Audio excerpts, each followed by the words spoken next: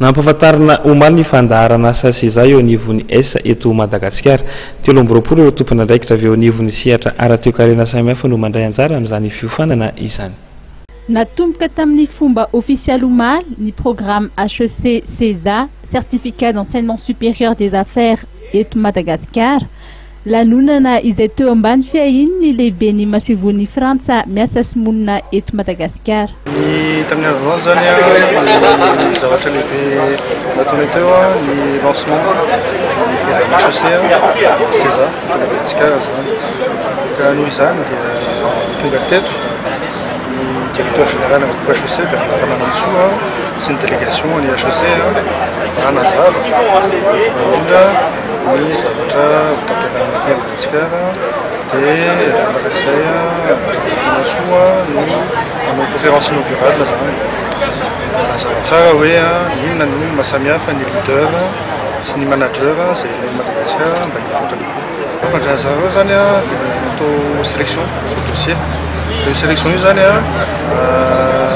sur atao hoe olona amin'ny 700 eo nametraka teto aminay rehefa nahitany Paris dia ireo olona 300 eo zany no voatazona miaraka amin'ilay séminaire misy zany HEC diplôme eto fa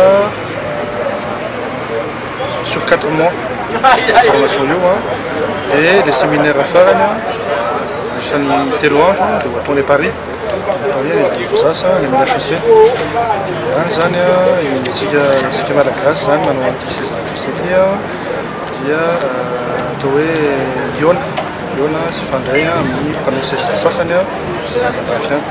Ny seza moa dia natao indrindra ho an'ireo mpitantana orinasa. Natonga nanandray anjara amin'ny seza HEC zany dia voalohany indrindra tompona andraikitra voalohany anatina orinasa dia ilaina le formation indrindra amin'ny serasera iraisam-pirenena ary indrindra ahafantarana ny zavatra miandry ny riska izay mety miandry any amin'ny firenena hafa.